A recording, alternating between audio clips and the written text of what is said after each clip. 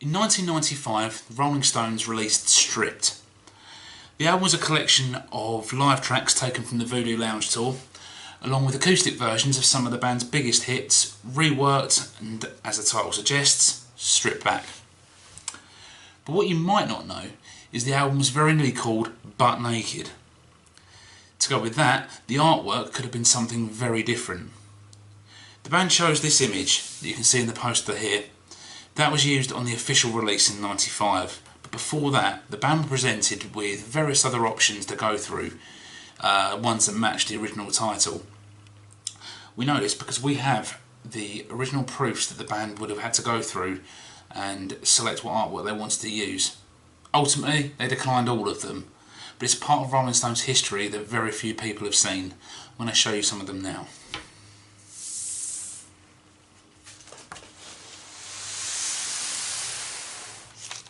Straight away, you can see these are completely different to what the finished product would end up being. A lot of vivid colours across these 15 boards.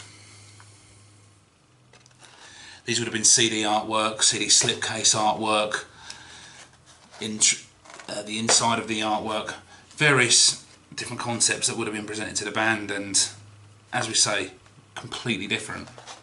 They look quite nice against these white boards. The vivid colours and the imagery stands out really well, I think.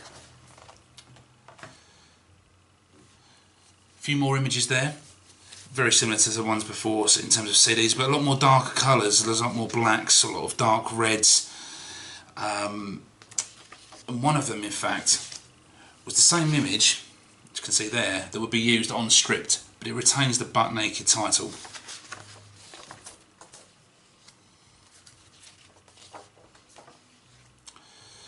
These are a number of ideas where they would have the band playing, or images of the band playing inside TV sets. Actually reminds me a little bit of a Kraftwerk release. They're quite good, but I think they actually look a little bit more like the inside artwork, you know, perhaps inside a booklet or on the inner sleeve of a record perhaps.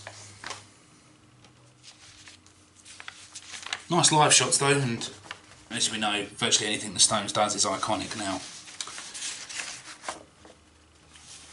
Another idea presented to the band was the use of contemporary photography of, you know, iconic female images. Kate Moss, at the time probably one of the biggest supermodels in the world.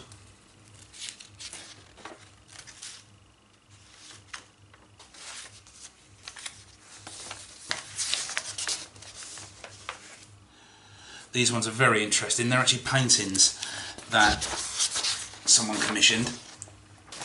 Now, that to me looks a little bit like the Exile on Main Street artwork. Perhaps it's just the layout, the sort of cut and paste style of it. Very interesting piece though. It's really strange when you look back 22 years later, that could have been the artwork for Stripped. These to me, they look more like poster art rather than actual Stones artwork, whereas some of the other items, very fitting for the Stones style. They're also offered the chance to do X-ray images. Now these would have been, the two options they were given were a scanner at an airport or perhaps images of the actual band. These are quite tasteful, quite well done. Who knows what the band would have actually used. These are considered to be reactions to the Butt Naked title, so we were shocked, upset, saddened images perhaps.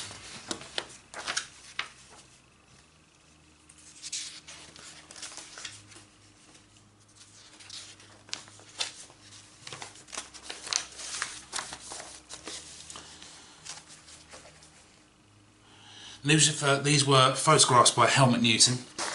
These are a bit more avant-garde. Again, doesn't really look like Stones artwork, but still quite striking in itself.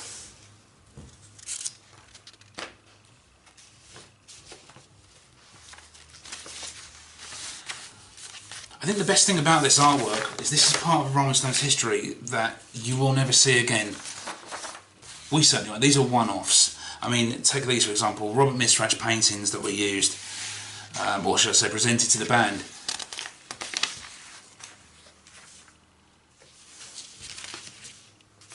these will probably never use for anything else ever again, so the chances of ever seeing them anywhere else, almost impossible. There were various titles, some of them. This one in particular, Tour Pass Idea, looks quite good, would perhaps look better on a programme. I can see maybe why the band would have rejected it, but this one's very striking, I always think. It looks a little bit like the Sticky Fingers album artwork, but zoomed out. Could easily be a Stones album. But as we know what happened, the band declined all of them and went for this. But that bundle is a one-off. As I've already mentioned numerous times, you will never see this again. It's the one time that we've seen it here at eil.com, and we're never going to see another. It's part of Stones history that any Stones collector would love to have in their collection, and it can be yours today. Also included in the bundle of the Stones artwork is this folder that contains the entire butt-naked presentation by Virgin USA. There's a number of sleeve designs for the Stones to look at. These include the underwear cover, Cigaratte cover number 1, Bondage cover number 1, the Kertez cover, Cigaratte cover number 2,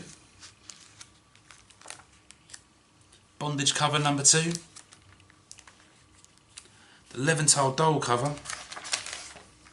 and finally the Rheims Bedroom cover. As well as that, there are another set of boards, really nicely presented artwork, again all incorporating the butt naked title.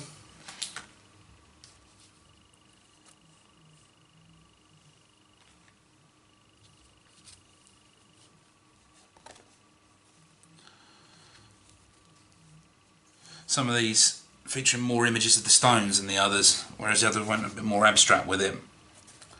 And as you can see again, use of the eventual artwork for stripped, but with a different font and the obvious title difference.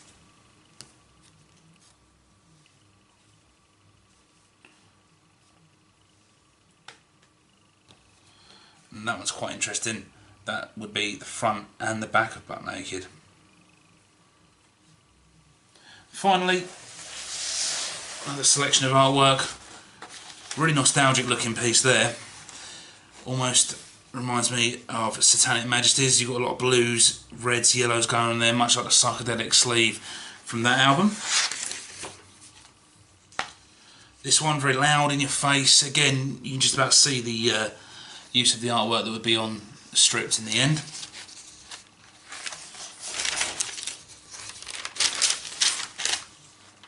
Much more simplified version there.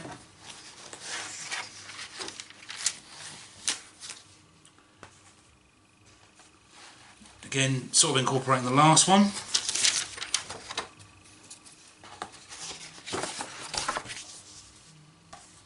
Really interesting one there. Almost looks a little bit like a Psychedelic Furs album.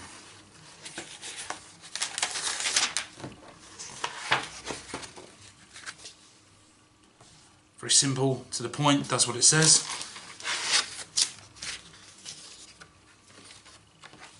And the last one, finally, again, that image, it's all there, does what it says.